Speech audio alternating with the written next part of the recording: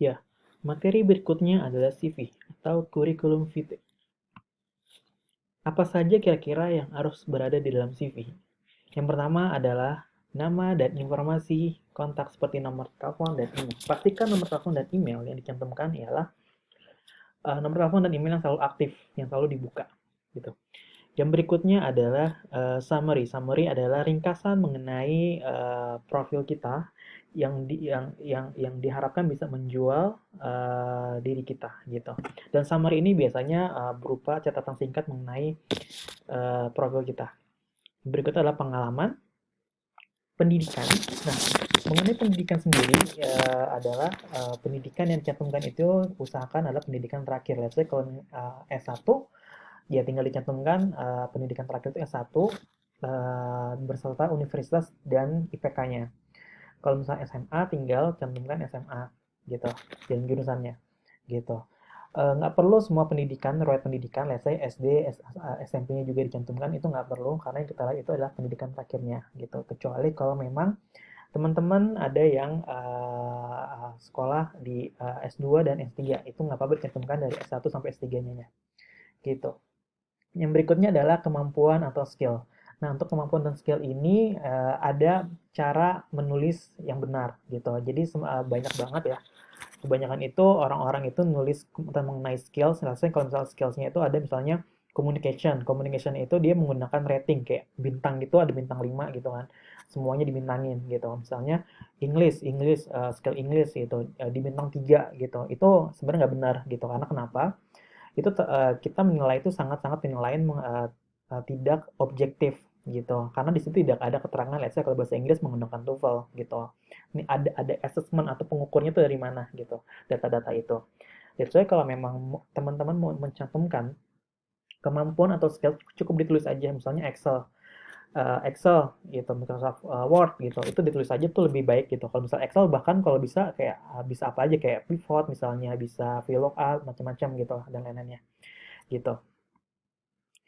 Yang berikutnya adalah kesalahan yang sering kali terjadi dalam membuat CV.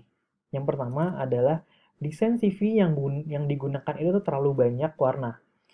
Saya sarankan untuk CV sendiri itu standarnya itu hanya dua warna udah maksimal. Biasanya kalau saya sendiri menggunakan warna hitam dan putih gitu. Kenapa? Karena kita rekrut itu sebenarnya kita nggak melihat warna CV-nya sih. Yang kita lihat itu adalah isi di CV tersebut gitu. Jadi biasanya pun kalau orang yang menggunakan banyak warna gitu lah, saya kayak sampai 4 sampai 5 warna itu jatuhnya kita agak susah juga.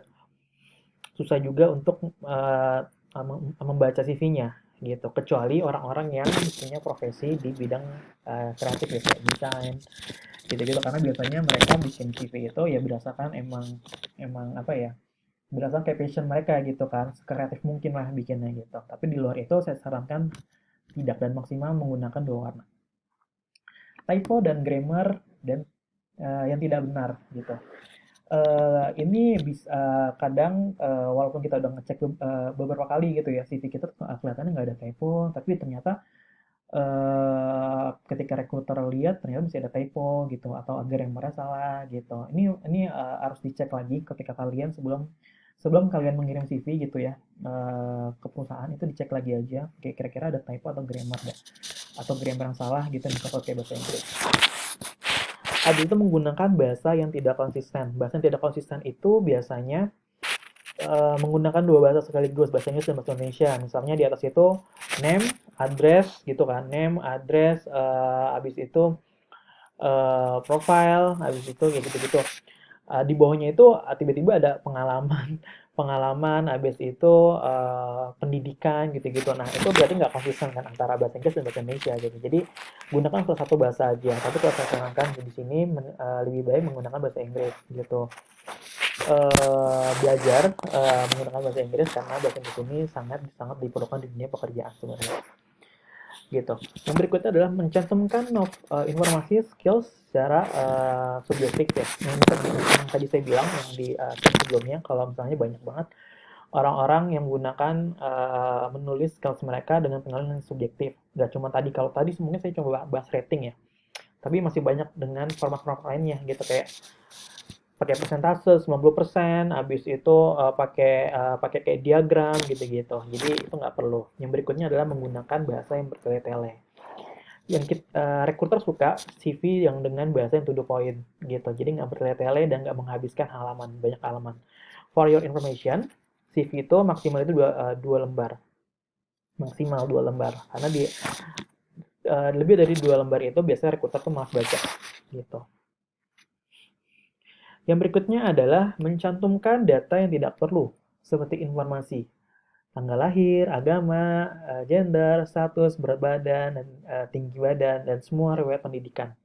Ini sangat-sangat tidak perlu dicantumkan karena yang pertama itu cuma ngabisin kertas aja atau apa space-nya aja karena kita bisa mencantumkan hal-hal lain lah, let's say kayak pengalaman organisasi atau awards gitu atau pengalaman case study gitu-gitu.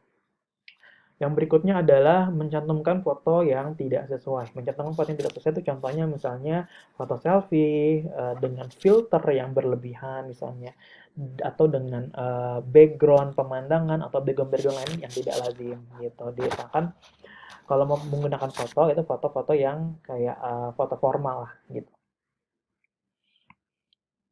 Berikutnya adalah contoh mengenai CV yang saya rekomendasikan. Yang tadi saya bilang, saya lebih prefer melihat CV-CV yang menggunakan dua warna hitam putih seperti ini gitu. Dan kita bisa lihat gimana cara penulisan CV-nya ya.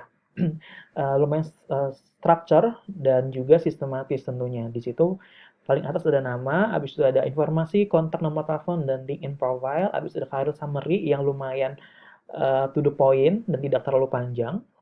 Yang berikutnya ada core kompetensi, ya kompetensi apa yang dia kuasai kurang lebih. Habis itu juga ada experience, dia bisa dibilang relevant experience ini bisa dibilang pengalaman-pengalaman yang berhubungan dengan posisi-posisi yang dilamar gitu. Habis itu ada other experience, itu bisa berupa kayak internship atau magang ya, ataupun aktivitas lainnya kayak volunteer gitu-gitu. Habis itu ada edukasi atau pendidikan. Di sini education sendiri itu lumayan simpel juga. Dia nggak nyantumin semua riwayat pendidikan, tapi dia mencantumkan pendidikan terakhirnya saja. Gitu. Kedua CV ini kurang lebih sama isinya.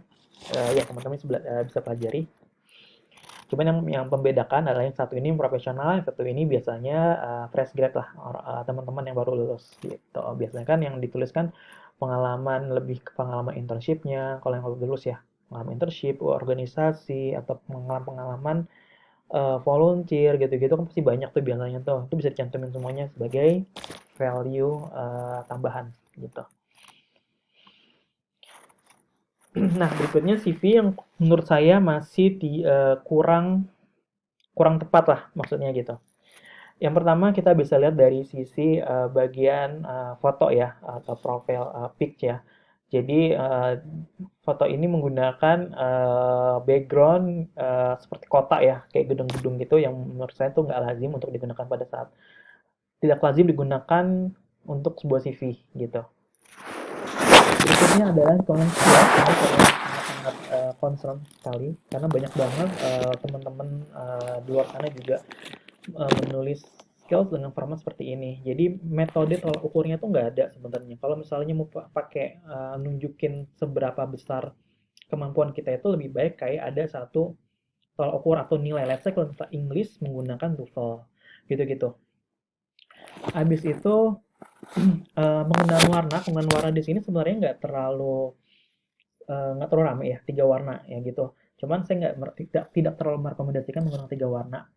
Kalau misalnya 3 warna ini dia cukup aman karena menggunakan biru ya, birunya tuh cukup soft gitu kan. Jadi masih oke lah gitu. Tapi kalau dari saya pribadi saya tidak menyarankan untuk menggunakan warna-warna terlalu banyak lah gitu.